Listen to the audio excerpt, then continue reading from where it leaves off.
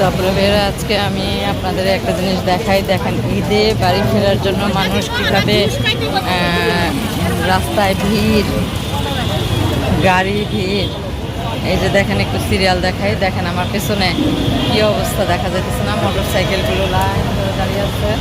আর এখানে দেখেন গাড়িতে গ্যাস ভরার জন্য মানে সিরিয়াল, এই যে গাড়িতে গ্যাস ভরার জন্য সিরিয়াল ধরছে।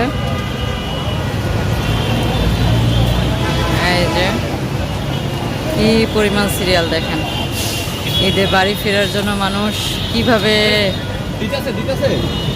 এই যে দেখেন এখান থেকে সিরিয়াল, এখান থেকে সিরিয়াল। এটা হচ্ছে উত্তর আজমপুরের অবস্থা, উত্তর আজমপুরের অবস্থা। বাইকগুলো সিরিয়াল ধরে গ্যাস, বাইক, প্রাইভেট কার এগুলো গ্যাস